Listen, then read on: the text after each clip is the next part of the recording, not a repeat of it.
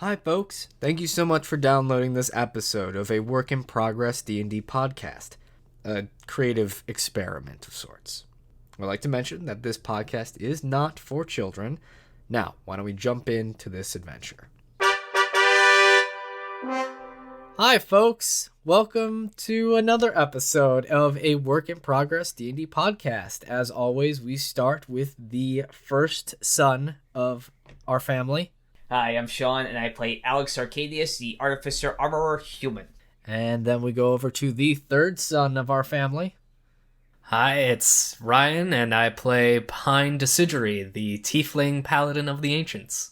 And we go to your second son, myself, Eric, the DM, GM, and everyone else, once again, within this same world. Except these two. I don't play their characters. That'd be weird. That'd be weird. Very strange, me playing all this by myself. All right. Well, why don't we just very quickly jump right into this episode? Let's go. All right. Time for a recap.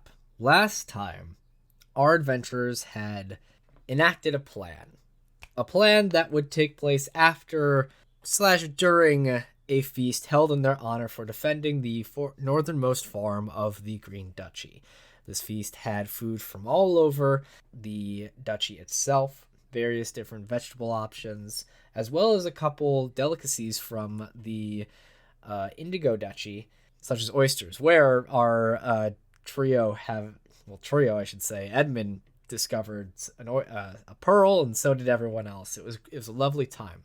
But once everyone had started to go off to bed while some guardsmen were still enjoying their festivities, our heroes disguised themselves with magic, both in disguise and invisible, went down to the dungeon to try and have a chat with the incarcerated Roma Owl Eye. In an attempt to try and talk with the wizard, it was very hard getting any word in or any word out of the wizard, no matter how hard they tried. Until eventually, the familiar of Roma had hopped into the jail with a note for our adventurers, denoting a little meeting spot, potentially, for them to go and visit. So with that, they left the keep, found the little meeting spot in the woods around, and encountered the great horned owl that was following them, as well as the owl familiar of Roma, as they were holding Roma's staff. And then it was revealed to them that the great horned owl was in fact a disguised Roma Owl Eye. They began to chat and talk about how the actual conspirator behind the whole plague and such is actually Father Karth Preston. Why? Not entirely sure, but Roma knew that they would have to hide themselves once they figured out it was the priest, because they knew that it wouldn't be long before something like the inevitable just happened. And just as they were about to finish or tell Roma about exactly how and why they are currently in the possession of the Green Duchy signet ring and how it is they know about the lost grandson of the Duke, is when, from the forest, they heard the voice of Blue, a blue rat in a musketeer hat, uniform, and rapier, letting him know that the boy Siegfried had been captured. And that is where we are. We currently find ourselves, our adventurers, standing with Roma Owl Eye, her little elf owl familiar, and on a little tree stump near them is a little blue rat named Cheese. A little blue rat named Blue, daughter of Cheese. Hello, adventurers. I've come to tell you that the boy Siegfried has been captured. Again? I mean, Again. Like, we know that he was, Yes, this is true, and I have come to find you. And Blue had a Cheese had a daughter? Yes. Wait, how long has it been? This is a lot to take in. Roma, by the way, talking rats. They were our friends. They're the reasons we were able to find Siegfried. Anyway, go on. Roma just kind of like holds up a hand and is just like nodding along. Well, you see, since you last rescued Siegfried, it has been roughly about 2, almost 3 years within where we come from. And in that time, he has grown very strong and very brave.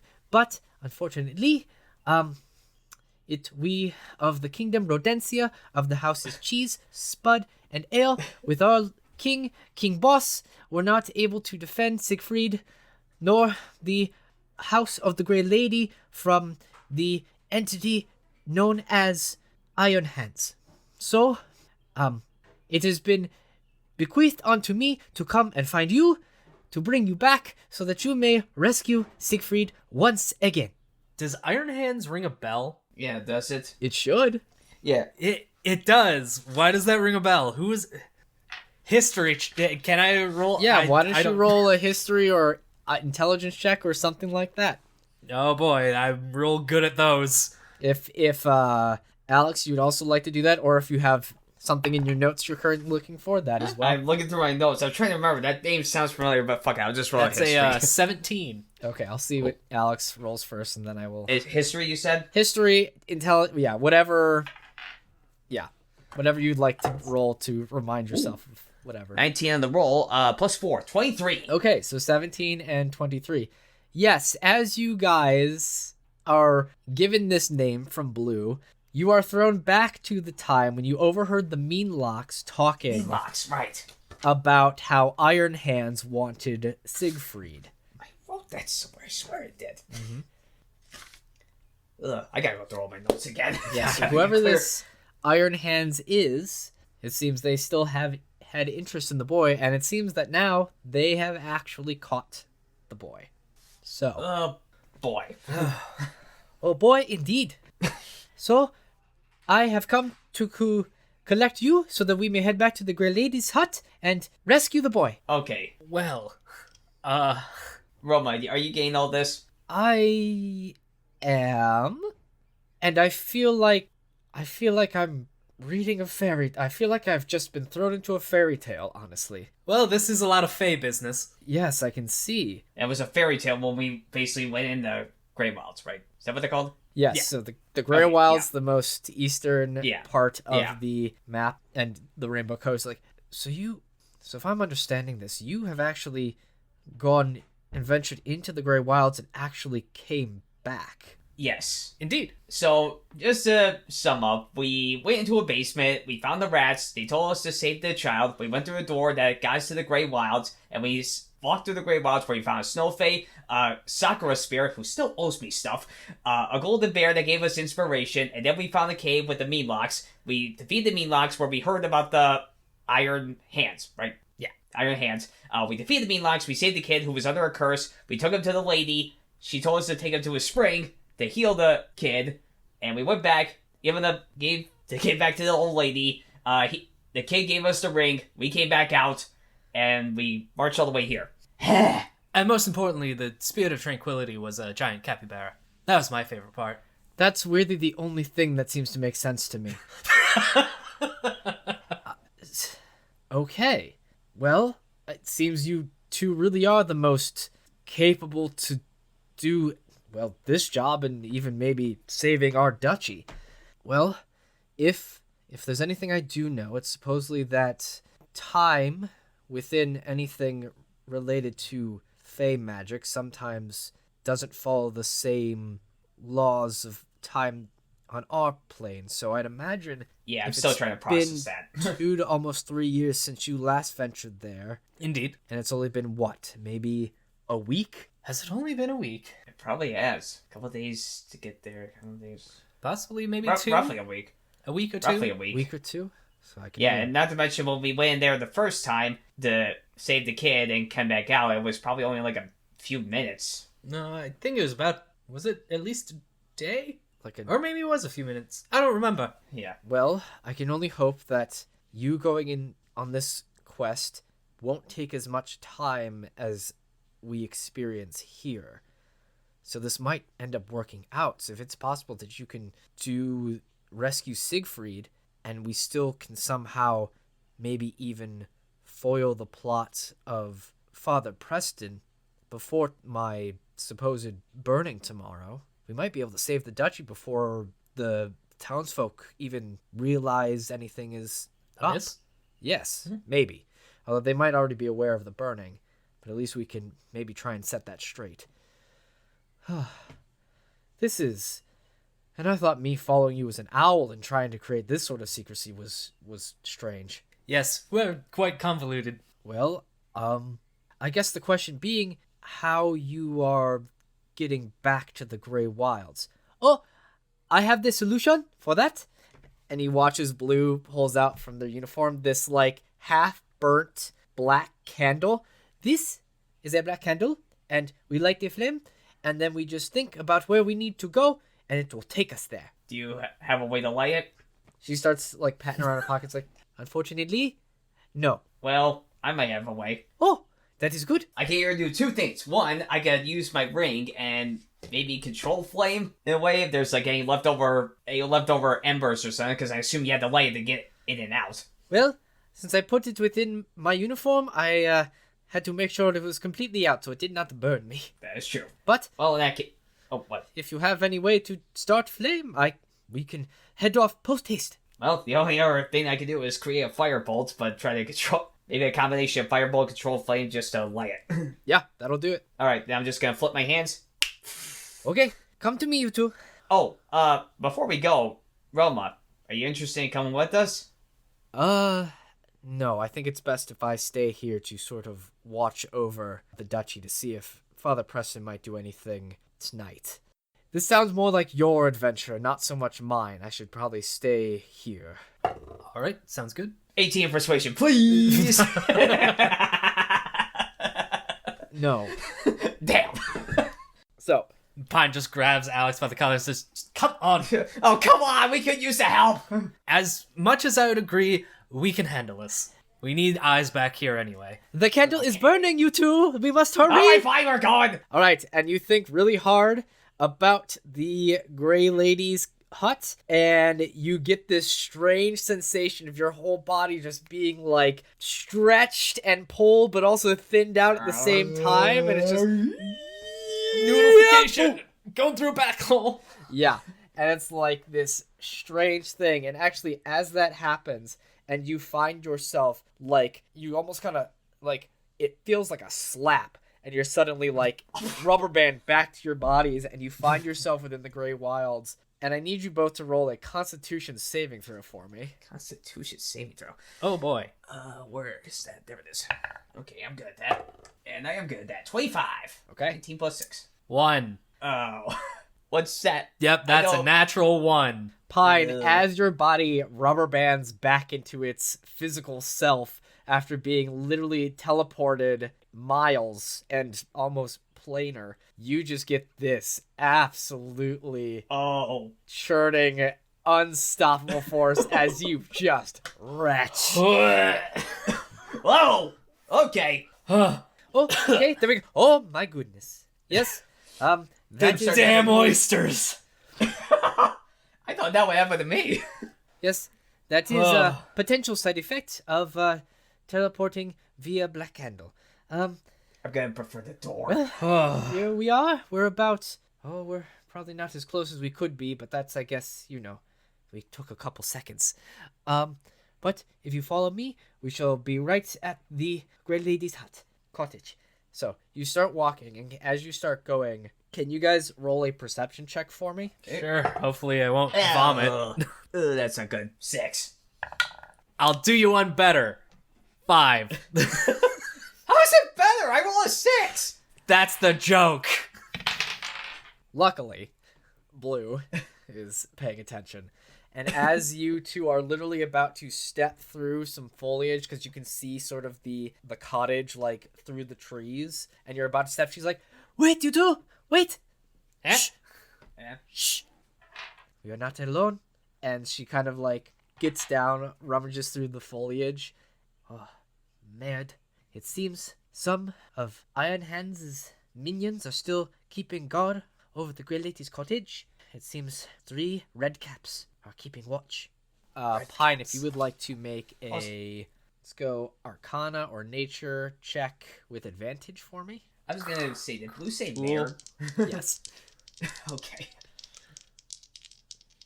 Either way, it's still -1. With advantage, it's a 14. 14. You recognize the term red cap as they are sort of malicious types of fae.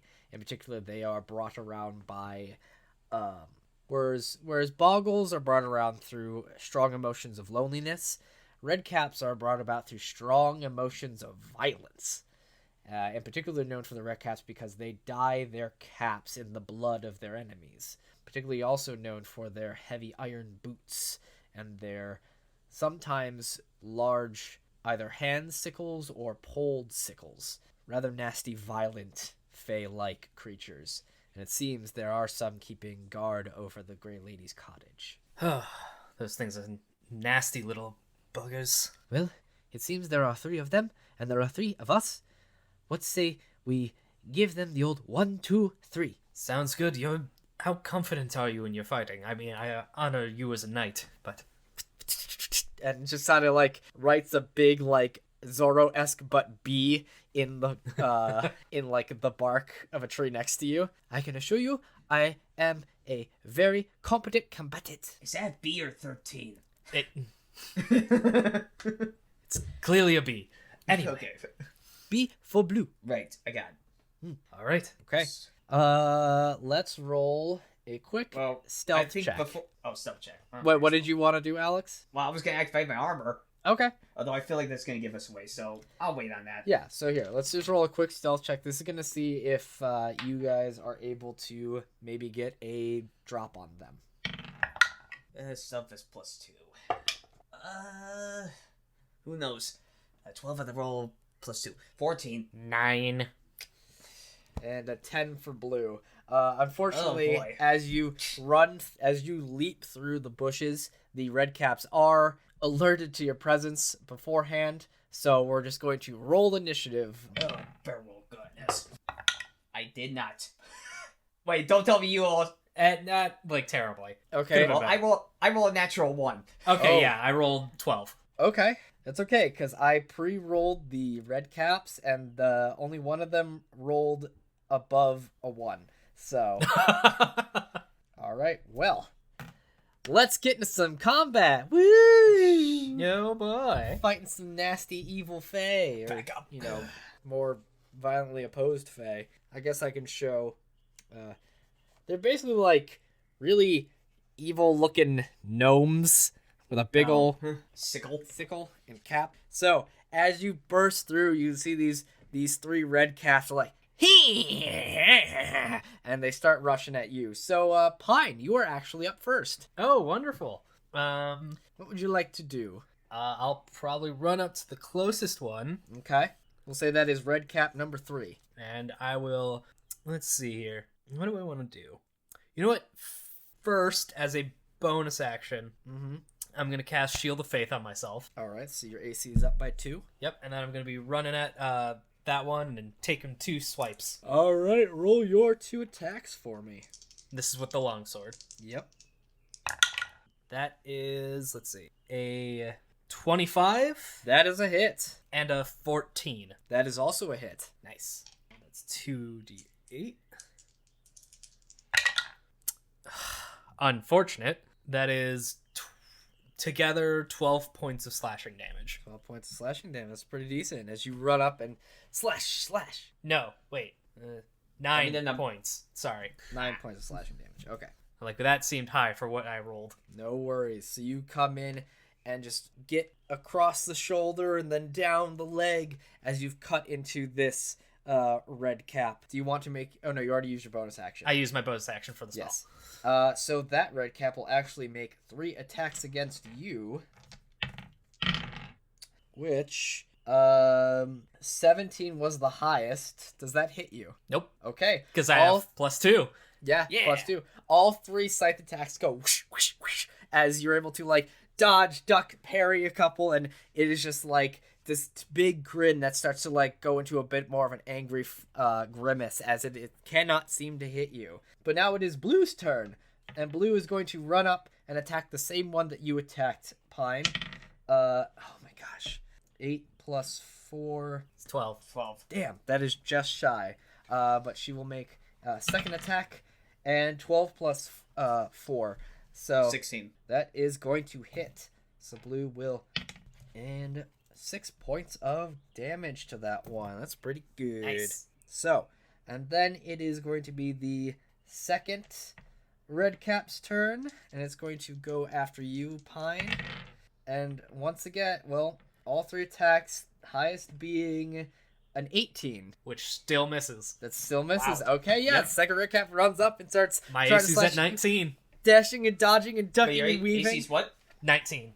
Oh, okay. And then the third Redcap will actually go against you, Alex. So it's going to make 3 attacks against you. All right. Does a 16 hit you? Nope. That was the highest out of all those. So yeah, it runs up and cannot make a single attack against you as you're dodging and ducking and weaving. Now, Alex, it is your turn.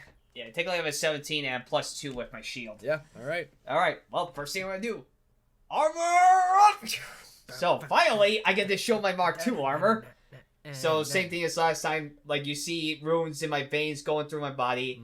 And the difference is it has a more cyan.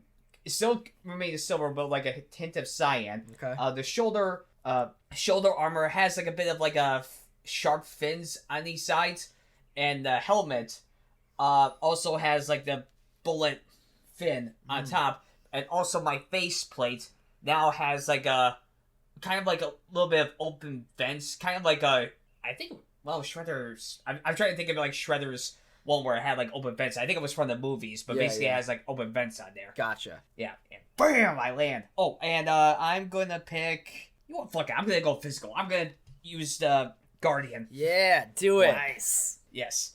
So I am going to. Oh, does that use one of my actions to bring out my armor? You know what? I was gonna say you did it like as you're running in, so like Okay. you have like your full set. That's a free thing, putting your armor on for me. I think it technically might be a bonus action. You know what? Let me see. It's just I'm gonna say it's a free action for you to like activate it and do that thing, cause like I don't know. Okay. It's cool. It's thematic and it's It says an action. I'll allow it. no. I'm So- gonna rule of No. cool it. Okay. Rule of alright, cool. fine. Okay, and I guess for my bonus action, because after reading a bunch of the Titanstone Knuckles, I'm going to enlarge myself. Ooh. Oh, okay. Yeah. So you see like the runes come on my body. I start like flexing a bit, and then I just grow and grow and grow. Going full mecha. Yep. All right. And I am now a mecha bitch. Yeah. Mark II armor, mecha version. All right. So you now you deal an extra D4 of damage when you hit with an attack. Yes. Yeah. So So it's a D8 for my physical and add D4. yes. But I still gotta roll the hit. Yes, you Yep. do.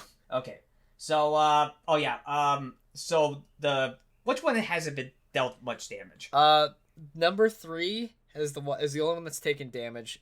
Number 1 is directly in front of you, and then number 2 and 3 are on Pine and Blue, and then number 1 is on you. And the only one that's Okay, taken damage is number 3. So All right, then I'll attack that one. which one? The one closest to me. Okay, number 1. The Got one, it. I believe. Yeah. All right. So here we go.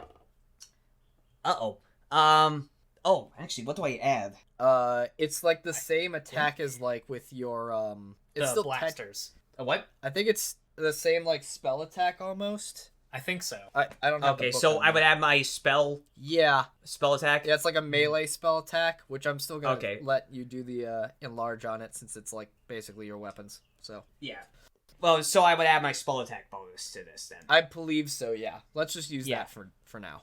Deals it. We can check later if we need to. Okay. Counts as a simple melee weapon. Well, each of the armor's gauntlets count as a simple melee weapon while you aren't holding anything in it. Mhm. So So I guess it would be your strength. my strength. Okay. Yeah, your strength. So your strength plus proficiency Okay, so that's +3 +2. That's 5. plus I 5. roll a 7, so 13. That's exactly Oh, its jeez. AC. Okay, hey, I'm gonna roll to Yeah. enlarge just so I remember, because I actually just realized I could do that today.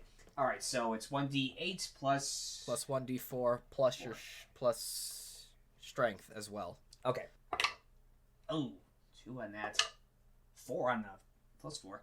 Okay, so 2, 4, and 3. So 4, 3. 9 points of damage. 9 points of damage. That's pretty good. That's your first attack? Yep. All right, make your second one. Okay, second one. That's... Jeez, I'm rolling low on these, but it's still... Oh, it's 13 again. There we go. No, Perfect. No, that can't be right. 11? Oh, no, it is 13. Okay. All right, cool. Roll your damage again. Oh, jeez. 4, 4, and 3. So 11 points. 11 points of damage. Very nice. All right, so I'm just going to go a little bit, like, light my hands. Time to spark it up.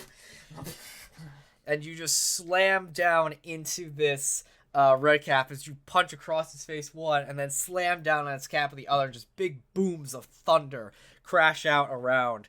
Does your armor have an additional effect as well? Yeah, well, yes. For the Thunder Gauntlets, a creature hit by the gauntlet has disadvantage on attack rolls against targets other than you until the start of your next turn. Okay. Well, that's good to know. All right, well, back to... Yep, go ahead. Yeah, but that second attack counts as my extra attack, correct? Yes. Yeah. Either way. All right, and Pine, we're back to the top of the round. It's your turn. What would you like to do? I'm going to focus my attention on the red cap that is not damaged. Okay, red cap number 2. Yes. All right. So I'm going to make my first strike against. That is 14. That's a hit. And I'll just roll for the second one. That's 21. That's a hit. So the 2 longsword hits. It is 11 points of slashing damage from those 2. Okay. And then I'll go for a third, my bonus action slash with my scimitar. Yep. That is a 25. That's a hit. That's going to be a d6.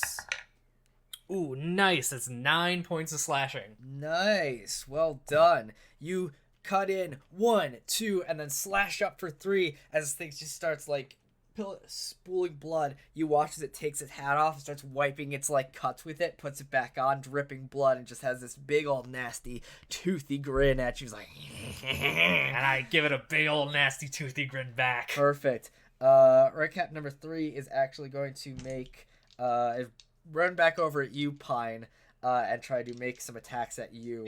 Oh, that's 1 hit. So that's 4 and 6 naturally, and then 18 plus 6. Does that hit? Yeah. That hits. All right. So this is going to be 2d4 plus 4. 3, 7, 8, 9, 10, 11. 11 points of slashing damage as it goes to 1, 2, but then is able to like quickly reach back and cut you with its scythe, and it just like takes it back, smears your blood on its cap, and just keeps like that nasty grin. Okay. And I I roll 12. All right. Blue's gonna run up on that one. That's is gonna be a hit with the first attack for Blue. Natural 20 on the second hit for Blue. Oh, no! Oh my gosh. Let me roll that first one. Ooh, 8 plus 2 is 10 points of damage. All right, and then we'll do the crit. That's 3 plus 4, 7 plus 2 is 9 points of damage. That thing is now looking mighty hurt as it turns around and starts to stare at Blue, and Blue's like, "Do not turn your back on me, Blue, Knight of Rodencia!" And now it is Red Cat number 2's turn. It is going to make 3 attacks against you, Pine, as you just attacked it. Does a 19 hit you? Yes. Okay. Yeah, it just hits. Just hits. 19, and then a 14 plus 6 is a 20 total. All right, so that's 2 attacks against you by Red Cap number 2. The first attack is 8 points of damage, and the second attack is 9 points of damage. So it slashes in you twice, misses with the third, but then you see it still wipe its like blood on its hat. That seems to be what they do when they get some blood on their sickle, and they seem to like invigorate them a little bit. Mm-hmm. You still and have made both Constitution saving throws. All right, nicely done. And then this Red Cap is gonna go. Actually, I had it go first, but it tied with your AC, Alex. So why don't I have you go first this time on Red Cap number 1? All right, that's still the one that's close to me, right? Mm-hmm. Okay, I'm gonna do one of my attacks on him. Okay. Let's roll now. 9 plus 3. 14. 14's a hit. Okay. Release again. Oh, jeez. Okay, 4 plus 2 plus 3. Again, 9 points of damage. 9 points of damage. All right. Definitely looking quite hurt now. All right, I'm going to use my other attack. Which one is not... one of the other ones, which one is not critical? Redcap number 3 is in, like, in almost critical condition. Redcap number 2 is probably the healthiest one right now. All right, okay, then I'll attack that one. Okay, cool. Ooh, that's a much higher roll. That's definitely a 23, so that's gonna definitely. Yep, that definitely hits. Oh my god, this is why I'm not a physical brawler in this form. But 4 plus 3 is 7 points of damage. But that one has disadvantage on attacks if it's not attacking me. Understood. Cool. All right, and now this Redcap number 1 is going to make 3 attacks on you, Alex. 18 plus 6. 18 plus 6, 24. 24. So that's gonna hit you, Alex. Oh, sorry. Yeah, that's it. That hits me. Okay, cool. That is just one of the 3 attacks that hit you. So it is going to hit Okay. you with its scythe for 8 points of damage. Okay. And then you'll need to make a Constitution saving throw to keep up your enlarged state. Oh, right. Oh, that's pretty good. Oh, yeah, 18. I'm good. Yeah, you're good. All right, cool. It doesn't get too much blood out of you, so it like has nothing to like rub up against its cap, and it's kind of angry about that. Pine, it is your turn. I'm going to continue attacking the one that I attacked last time. So All right, number 2. Got it. Yeah. Okay. So that one's just a 10 on the first hit. Yeah, it's not gonna hit. Second hit. That's a 19. Yep. And you know what? I'm gonna throw a smite into this one. Yeah, do it. Smite these. Yeah. red Deliver your caps. flavor of smite. Yep. And that should be... Yeah, I'm just going to use a first level spell slot, so that's Okay. just 2d8. Got it. So, let me see. 17 points of damage. Nice. Is that one still standing? Oh, just barely. Then, Oh, jeez, it's these just guys are barely sturdy. standing up. Then I slashed it with a blinding verdant light of my smite, slightly blinding it, and then for the... Really? This is where I get the natural 20? Right when he's close to death. Right when he's close to death with my offhand scimitar. It's guaranteed now. Yep. So, with that... All Yep. ones. You know what? Since it doesn't really matter, I'll keep the one that flew out of mine, because it's 2 6s plus 3, so it's 15 points of slashing damage. Yeah, you absolutely just like go in, miss the one, it starts laughing at you. You light up your blade with brilliant verdant energy, slash across its face. It's blinded and cut and it's like doesn't know where it's going on and it's screaming, and then you use that momentum, turn around and backhand slice with your scimitar. Its head flies off, and at the same time its body like erupts in blood red flames that like follow its body, and the only thing that ting ting ting is like this metal tooth is the only thing remaining from this red cap as it dies. And yeah, that's red cap number 2 is gone. Nice. Yeah. Red All right. cap number 3 though sees that and is like going to once again run away from blue, which I'll say gives her an attack of opportunity, which she misses sadly.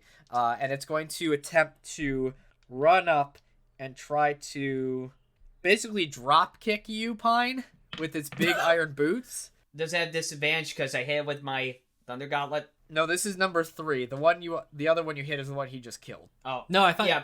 No, I hit 3 and then 2. Like, whatever one was closest to me, I hit first, and then I hit 2 on my so that was second number attack. 1, and then number One. 2 is the other one. And then close number to you. two is the Number- Oh, okay. Yeah, Oh, number right, 3 right, was... right. yeah. Okay. Yeah. 3 is the other one. Okay, never mind. Yes, so Pine, I need you to make a dexterity saving throw. Okay. Uh-oh. 5? 5? 5. Okay. Pine, you watch as this thing runs up to you, and it's not subtle. These are massive iron boots, but you watch as with incredible dexterity, it leaps up, and because they're like maybe half your height, they leap up and just, it drop kicks you with these massive iron boots, and you take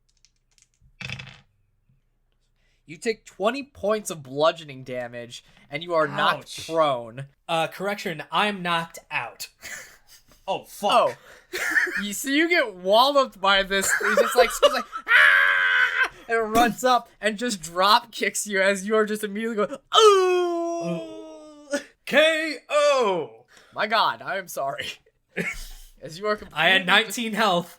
You do this awesome, like, whirling dirge running like, ha! And this one goes, ah! Boom! Just right in the chest. Laid flat out. And Blue runs up and is like, no! Runs up. Okay, that is a 14. And that is an 18 plus that. So she will run up. That's 7 plus 2 is 9. Hold on, I gotta do this math real quick, and then 2 plus that. Yeah, okay. And you watch as Blue runs up. This thing has like slammed you on the ground, is like looming over you, and you can't see it because you're unconscious. Or like as you fade out, you watch as this thing, like this blue blur, just runs up onto its shoulders and stabs it right in the neck. So like you just see this thing falling over. You're like fading into consciousness. So there's only one left. Alex, what do you want to do? It is now your turn. Okay, how bad is the last one? It's looking rough. You know, that half health-ish Half health. saying. I don't think, alright. Well, I guess, I don't know if it could be, well, no, I can do that. Alright, well, I'm gonna run up to, or run, I stomp. I'm coming, run! Right. I'll try not to him, and I'm gonna cast Cure Wounds on him. Okay, this will activate a attack of opportunity for this one. That's fine. Which he misses, so it doesn't matter. Okay. Alright, if I remember what I gotta do for Cure Wounds, It's a D8 plus your spellcasting modifier. It's 1D8 at first, and then 2D8 at second. 1D8, 1D8 plus my spellcasting modifier. Yeah. Which is plus 4. Yeah. Alright. Oh, damn it. But 2 plus 4, 6 points, right? Spellcasting modifier. It's no effect. Yeah, that. 6 points of healing. Alright, so Pine, you get brought back up via 6 points of healing. And after that...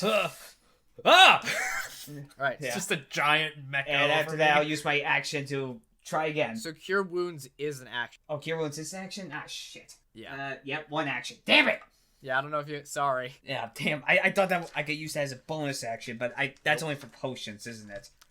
For yourself, yeah. Potions are a bonus action for yourself. I can still use a cantrip, right? Not unless No. it costs a bonus action. Only if it's a bonus action. Sorry. Crap, I did not think this well. Sorry. I was hoping for attack, but I don't think it is. I was just going to use Firebolt if anything, but I think 1 action. No. Well, I guess that's it then. Because you don't have access I to gotta look Healing Word, which is a bonus action. No, I do not. Okay. So, yeah, that's all I can do. Alright, no worries. It's your turn. That one, though, is going to run up. I will say, if anything, I'll just, have, Pie behind me, kind of as a It's going to run up and attack you, Alex. So, oh my god, they cannot hit for anything. So, it runs up, tries to attack you, and misses. It just dings off your enlarged armor now. And just ding, ding, ding, ding, ding. It's just ugh. So, back to the top of the round. Pine, you are brought back to life through the energy of your ally. What would you like to do? So Pine gets up, and in the spirit of Sean's mecha and all the anime inspiration, Pine doesn't just walk around. He casts Misty Step to teleport behind the red cap Okay. as a bonus action. And it will take 2 slices with his longsword. Alright, go for it. Please. Okay, they both hit. Nice. Oh, do I pump... Fuck it, I pump a smite into one Yeah, of them. smite this last guy. So that's... I'm hoping we're gonna get some rest before we We'll see. go in there. Yeah. Oh, and I should gonna say be the high one roll. that Blue killed also burst into blood red flames and a, iron sharp tooth fell out is the only thing that remains. Okay. So this is going to be 4d8 plus 6. Yeah, let's hope it does it. But I don't... Oh. Okay. I believe it should. Okay. What's the total? Let's see here. Hold on. Uno momento, por favor. 7, 14, 19... 25 points of damage. Yeah, so Pine, how do you do that? So Pine just opens up his eyes on the ground, quickly gets up in a swift motion, disappears in a puff of mist, and appears right behind the red cap as he just recently dinked off of Alex's armor, and stabs, burst of radiant energy, pulls out with a spin, and then just chops the head off. Absolutely. And as that chop of the head goes flying, you watch as its body also erupts into blood red flames, leaving behind a single pointed iron tooth. And so, now that that combat is over, let's take a quick break. Hey folks, welcome to the mid-break of this episode. I want to say thank you for waiting on us, as currently just wife and I moved to a different state. And it's been a while since I released those last 2 episodes back to back, and I've been learning a bit more of what to do here. I just learned about audio compression, so yeah, hopefully that makes this episode better audio-wise. I apologize for not having that before, but, this whole learning process. Anyway, I'm very excited to continue on with this episode, and especially the ones coming up next, because, ooh boy, do we get to see some fun stuff. Well, anyway, let's get back to this episode. Welcome back, folks. We're back from our break, and we lie here. No, we don't lie here. We're all standing. We find ourselves, yes, just barely, after being drop kicked by a small By an angry lawn gnome. Yeah, basically. You find yourself now in front of the Gray Lady's cottage. After defeating the guards that seem to be guarding the cottage for who knows what reason, which you can only imagine. You look upon the Gray Lady's cottage, and you notice it is quieter. It is more melancholy than the last time you were here. It seems like weirdly devoid of bright and color. The humming and buzzing of pollinators is absent. The gate itself is actually bent and off its hinge, and it would be swinging probably side to side in some sort of creepy fashion if it weren't already kind of stuck in the ground. Can I do a perception check with my large? I'm still large. Okay, look at the horizon. Yeah, you can. Well, you can't really you're not as large as the trees. You're maybe 8-10 feet tall. Some of these trees are much taller than that, but you can at least try and see if you can notice anything from there. So yeah. Okay. 13 plus perception. 2. So 15. 15. You make a quick scan around, and you don't see anything else that might indicate that anything else is around here, or that anything else is more up than what you see before you. All right. And then while Alex is looking for something, Pine just goes around and picks up the teeth that dropped from the 3 little iron caps. teeth. Yeah. Yeah. Okay. So do you Blue kind of says, well, I think we can head on in now if you would like. What? I said we could probably head on into the cottage now if you would like. Oh, okay. And I'm gonna drop the large form. No, I'm not gonna call it large. I'm gonna call it my mech form. As you shrink your mech form down to your regular human size, you guys head into the cottage of the Gray Lady. Just in case, I'm gonna keep my armor on. Absolutely. So you head on through the front. Oh, go ahead. Also, just in case, I'm gonna pump 15 of my lay on hands into me. Sounds good. So as you head through the front door of the Gray Lady's cottage, you are inside, and you happen to notice it is tossed and in a mess, but not the organized mess it usually is. Right. But sort of a fight had happened here. And as it happens, you hear a kicking and a rumbling. Says, "Oh, well, I found it. Thank goodness. Oh, it's good to see you two again. And Blue, good job finding them and bringing them back. You are much more capable than your father, honestly, any of the members of your house. Welcome back, Pine and Alex." The capable has turned. So, I'd imagine Blue here has told you a bit of the predicament we find ourselves in. Yes, she's informed us of what has gone down. Yeah. Yes. It apparently seems that Auntie Ironhands was able to find a way to get through the wards of my cottage. Excuse me. Hold on one moment. Well, for one You thing, say just basically off camera, me and Brian both did a head tilt we at the same time. both was Auntie? At the same time. Beautiful. If only we could catch that on on an audio-only entertainment platform. That's why I thought. Oh, well. Oh well. Hey, But yes, you hear the Grey Lady say, Auntie Iron Hands. What do you mean by Auntie Iron Hands? Well, my sister apparently was able to find her way through. Oh, or what did you mean by exactly who is Auntie Iron Hands? Well, for one thing, I'm trying to put sister and auntie together like a family tree. Well, That's just what Alex is thinking. He's like thinking, like, how does that work? All right, I guess I should explain a bit more in depth. and this totally is dissolving Pine's image of Iron Hand being like, you know, typical big, muscly, possibly bandit dude. Mm-hmm. And it's just dissolving, and he's just like, what? And now he's just thinking of metal-handed grandma. Okay, I should come forward. You see, I am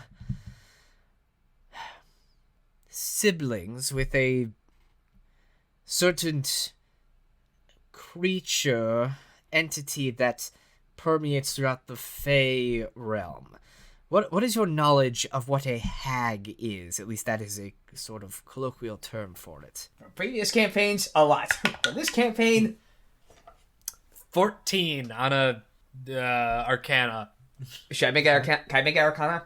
Yeah, Arcana or Nature. Oh, my Arcana's higher. Or since I'm technically Feyish, 16? 16. Ooh, that's good. Yeah. 17 plus 7, so 24. Yeah. You both Book reading. know from like reading stories, hags are essentially like sometimes malicious fae that essentially, you know, sort of old granny sort of like looking in appearance generally, who try to corrupt various individuals to get them to do things that in sort of like try to get them to do acts that seem helpful but in actuality end up being twisted in sort of sense. If we want to go with a real world thing, look at like Macbeth trying to do something that he believes to be good and ends up turning out to end in his downfall. That's sort of what hags are. Yes, you see, I am one of the daughters of, let's say, the eldest of all, the mother of all hags.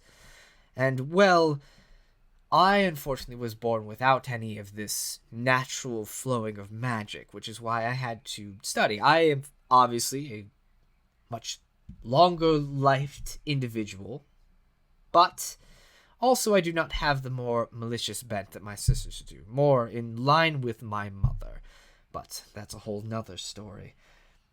What I'm going to say, family drama. Yes. Yes, of course. Well, turns out my sister, Auntie Iron Hands, as she goes by, found an interest in, well, the young boy Siegfried, mainly because he is part of my lineage. And so, it seems she was trying to kidnap him with the mean locks before, and apparently now she was able to get through the wards and protections I have on my cottage. Although I don't know how. The only way for that to happen would be if something of hers were to have made it through without my knowing.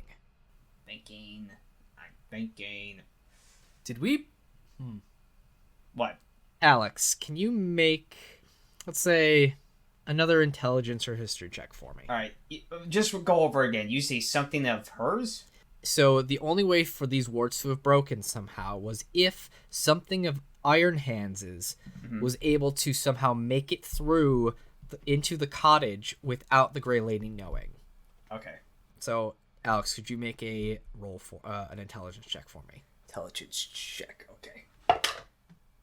That's good. 19 plus 4, 23. Alex, you remember after defeating the mean locks, picking up a little iron flat ring-like disc and put it in your pocket. Oh, yeah. And you go to try and search for it now, and it's not there. How enough? Well. Yes. Yeah, I'm like going through. Well, for one thing, I go through my armor down. Like, not thinking where it is, I put armor down, I look up through all my pockets. Like, trying to remember where I placed it. Where is it? Where is it? Where is what? The iron disc thing I got for the mean locks. Where is it? Oh, that's how. What? My sister is able to take one of her fingernails and transform it down into a little token of sorts, a little iron token that she's able to communicate with her minions or an individual she has taken interest in. So, I see. It seems you must have picked it up after dealing with the mean locks and brought it into my cottage without realizing. Well, that explains how she got through. Fuck. And it took her a whole 2 to 3 years to do it. Oh, yeah. I think she was probably waiting for him to be a bit older. Okay, so I want to know one thing. You said Siegfried's related to you somehow. Is that just because you've been adopted him, correct? Does that happen? Oh. Yep. Hold. Sorry. Something happened. I froze. Did you guys... Was it just me that froze? Yeah. Yes, it was just you. Okay. I thought you were building up suspense there for a second. No. Yeah, like... I definitely wasn't. Yeah, like, everything stopped. Okay. Okay. Oh, man. Go back, Okay. Sean. Last thing I heard you say was something about... Just Siegfried's relationship with her Yes. is just adoption. Mostly, you're not blood related. No, we are blood related. You see, the Duke of the Green Duchy, who is Siegfried's grandfather, is my son. Okay. So I am Siegfried's great grandmother. I'm trying to get family relationships aside. Okay, but most importantly, what does Iron Hands want with him? That I do not know. I know Okay. that, through my training with him, and even just through his own natural abilities, Siegfried is even more connected to the natural realm that we inhabit. As you saw, he was more in tune with the energy of the Meanlocks. That's why it was transforming him the way it was. So I can only imagine she wants to use that power for some diabolical means, but what that could be, I'm not sure. Out of curiosity, are you familiar with the father of the duchy? I'm blanking on his name. Damn it. Father Cart Preston. Only a little bit. All I truly know is that someone had, I guess, hired some bandits to murder my grandson, and, well, I was able to rescue Siegfried, so he was not going to be killed as well. But I imagine you're asking me that is because this father is somehow maybe related to that? Maybe. There's a possibility he could be related to that, because just with everything that's going on in Duchy with the plague, and I was originally thinking of Bullet, but that's unrelated. Unless you know anything about Bullet. All I know is that they were something used created for the war between the giants and the elves, but other than that, I don't know why a bullet would be around the Green Duchy, unless... I'm not quite sure, unless it was maybe angered by something. I'm not sure. Well, you happen to find yourself here to help me rescue my great-great-grandson. Yes. Indeed. However, after we are done and we do rescue him, we do have plans to take him back. Well, he is of age now, so I guess it's only a matter of time before that was going to happen. I guess I just wasn't expecting it to be as soon, but he's more or less completed his training, and it might be better for him to go back before he gets too much older. So, with that, I'm not entirely sure where my sister is now, but I would not doubt it's probably close to the Palace of Snow Blossoms. Question. Palace? Yes. Are you by any chance familiar with the Sakura spirit? Are you talking about the Prince of Blossoms who you rescued last time you were here? Yes. That's right, I did mention that. Did we talk about that? Yes. Yeah. I saw now, you do it. I am just been a quite while. aware. Is there a possibility that he can help us in some way? He still owes me a favor and a gift, so... I don't know. You'd have to talk to him. I don't know if he'd want to deal with anything with my sister, because I do believe he's had dealings with her before. I would not doubt that she was the one who put him in said flask.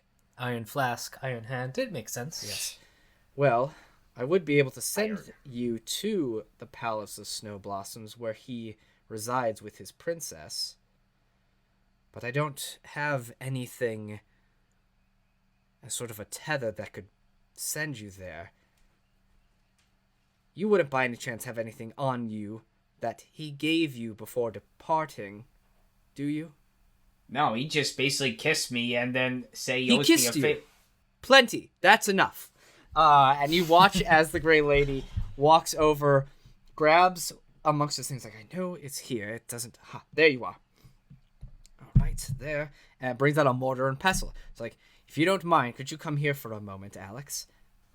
And also Pine picks out like the one abyssal chicken foot he still has and goes, do you need this? No. I know you gave it to me, but I don't. Okay. I'll find it. Oh, actually, I did find a use for it if you were interested in knowing. What was the use? I tricked a boggle. Well, I'll definitely write that down in my notes. So, yes, Alex, come over here. And she kind of... Okay. It's like, so, tell me exactly where the Prince of Blossoms kissed you. Oh boy. I think it was on both my cheeks, if I recall. Ah, more than one kiss. Even better. And you watch as she takes both of her hands and, almost goes to, pinch her cheeks, but instead pulls, magic, threads from you, and they actually transform into two little, cherry blossoms. Says, a kiss is... Often, sometimes, a kiss is more than just a kiss. So, she plops those into the mortar and pestle and picks up the pestle, slams it into the mortar, and you watch as it just starts going and, pestling things up all by itself automatically. All right, that ought to do it. If you two would follow me outside. Blue, you as well. I think it'd be best if you accompany them as well. Absolutely, great lady. I should mention one more thing. I'm not as hurt, but he's hurt, so... Right, I shall deal with that in a moment. First, let's go outside. I may have a couple cracked ribs. Understood. Wait, did he drop kick you on the head or something? Or No, right in the chest. Oh, right in the chest. Oh, okay. First, let's go outside. So, takes the mortar and pestle that is still doing its stuff and sets it on the ground in the middle of her garden, and says, "All right, time to grow." And you watch as the mortar and pestle stops, and then immediately starts to grow in size, big enough to where it could probably fit two medium-sized humanoid creatures, and it eventually stops pounding and stops. Okay, that's almost done. Looks in. Yes, one more second there. You're wounded. Yes, let me go. And she runs inside, runs back out, and two bubbling, smoking pots of red liquid. Drink these, both of you. Cool. You immediately gain the respite of a long rest through drinking that. So you're healed up, regain all of your spell slots and hit points, whatever you might need. Okay, that should at least keep you good. I imagine you're probably working, if we're trying to get Siegfried back into the real world, you're probably working on a bit of a time clock. So, A bit. I need you now both to hop within Morty and Pessy, and they will take you to the Palace of Snow Blossoms. All right? Okay, use this Feywild. Here we go. Yes, the essence of the kiss that the Prince of Blossoms gave you will direct Mortar and Pessy exactly where you need to go. So you get in, you see the pestle is starting to just I move. pick up Blue. Oh, thank you. The pestle starts rolling and move directions. All right, I wish you two the best of luck, and I will see you at the end of your adventure. Good luck. I'm counting on you.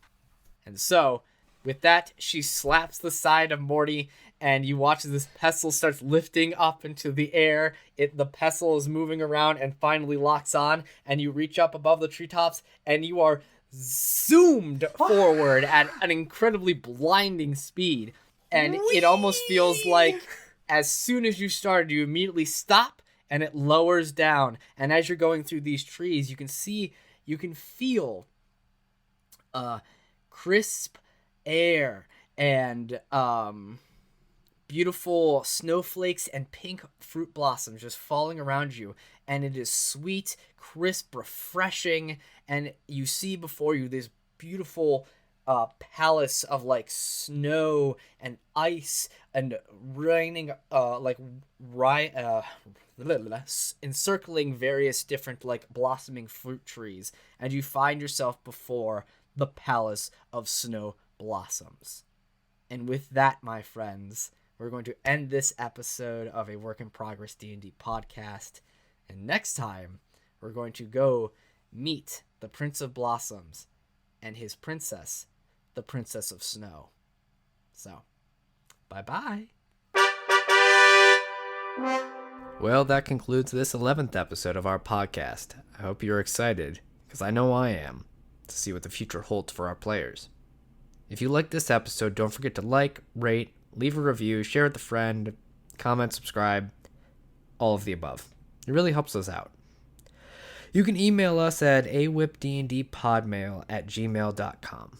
That's spelled awipdndpodmail@gmail.com.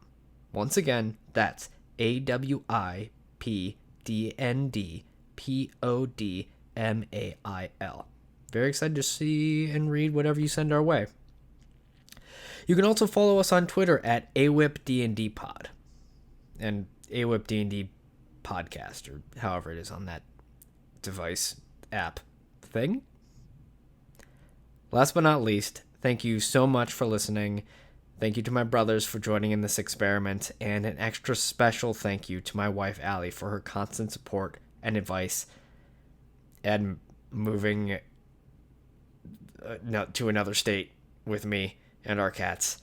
I've been Eric, and I hope you continue along with us on this adventure, both real and imaginary. That's all for now.